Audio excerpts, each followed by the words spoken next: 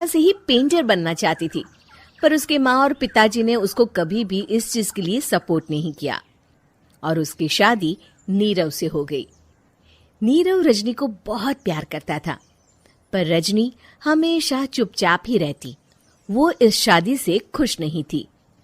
वो ये शादी नहीं करना चाहती थी। उसे तो हमेशा से पेंटर जो बनना था। अपने इस सपने को वो नहीं पूरा कर पाई, इसलिए वो हमेशा उदास रहती थी।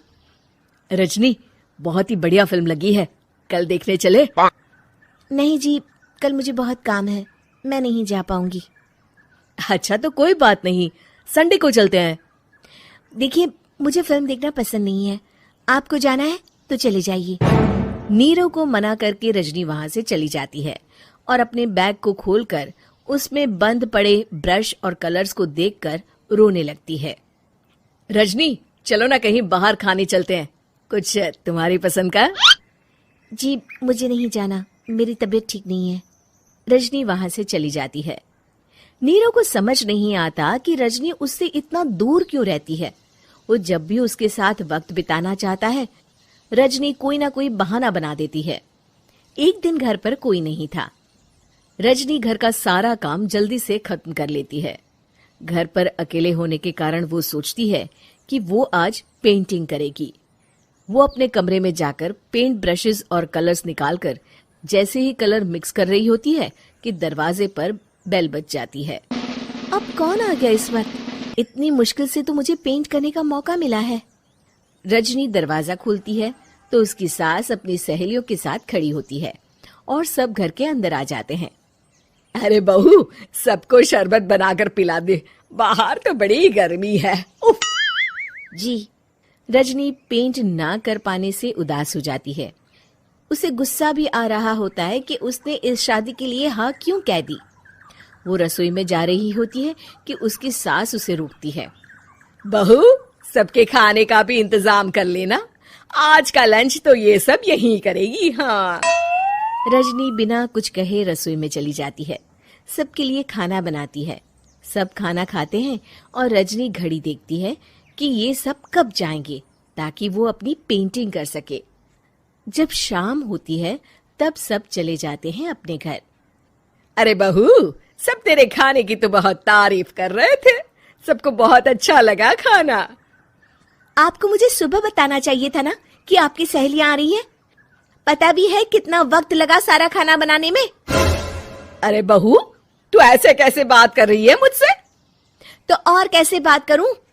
मैं इस घर की कोई नौकरानी नहीं हूं कि इतना काम करूंगी।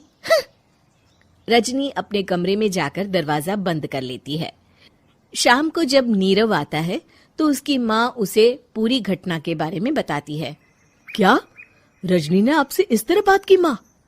हाँ, और पता नहीं उसे क्या हो गया है, शाम से बाहर भी नहीं आई है। मैंने तो कई बार आवाज दी, खाना भी नहीं खाया उसने। तू ही बात करके देख ले बेटा। नीरव अपने कमरे का दरवाजा खटखटाता है। रजनी, दरवाजा खोलो, मैं हूं। रजनी दरवाजा खोलती है और फिर वापस जाकर अपने बिस्तर पर लेट जाती है।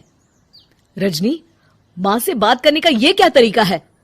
मैंने कोई गलत बात नहीं की है। अरे तुम क्यों ऐसे बर्ताव कर रही हो सबके साथ? क्या तुम इस शादी से खुश नहीं हो? रजनी कुछ नहीं बोलती।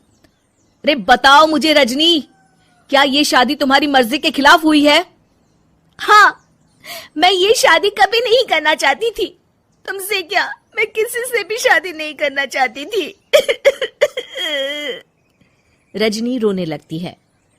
चुप हो जाओ रजनी, बताओ मुझे, तुम क्यों नहीं करना चाहती थी शादी? रजनी बेड के नीचे से अपने पेंटिंग्स, कलर्स, ब्रश, पेपर्स निकालती है। इतने में उसकी सास भी कमरे में आ जाती है। ये देख रहे हो, ये थे मेरे सपने।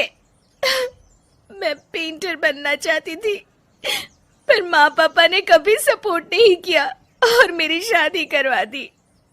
मेरे सारे सपने टूट गए। हर वक्त बस गुस्सा आता रहता है मुझे।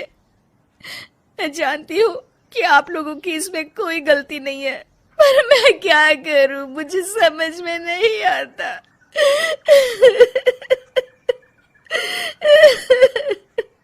रजनी फूट फूट कर रोने लगती है। मुझे माफ कर दीजिए, आप दोनों के साथ मैं बहुत बुरा बर्ताव कर रही हूँ। अरे रजनी बेटा, चुप हो जाओ तुम। नीरव पानी लेकर आता है। ये लो पानी पियो और शांत हो जाओ। रजनी पानी पीती है और उसकी सास पेंटिंग्स देख रही होती है। अरे नीरव, हमें तो पता ही नहीं था कि हमारी बहू कलाकार है। अरे कितनी अच्छी पेंटिंग्स बनाई है, देखो तो। ये वाली तो मैं अपने कमरे में ले जाऊंगी। आपको ये पेंटिंग्स अच्छी लगी? अच्छी नहीं, बहुत अच्छी लगी। और तुमने हमें बताया क्यों नहीं? तुम जब चाहे पेंटिंग कर सकती हो रजनी। हम तुम्हारे सपनों को पूरा करने में तुम्हारा पूरा साथ देंगे। हाँ बेटा, हम कला की कद्र करते हैं। हम कलाकार तो नहीं, पर मुझे गर्व है कि मेरी बहू एक कलाकार है। रजनी, नीरव और सास तीनों हंस पड़ते।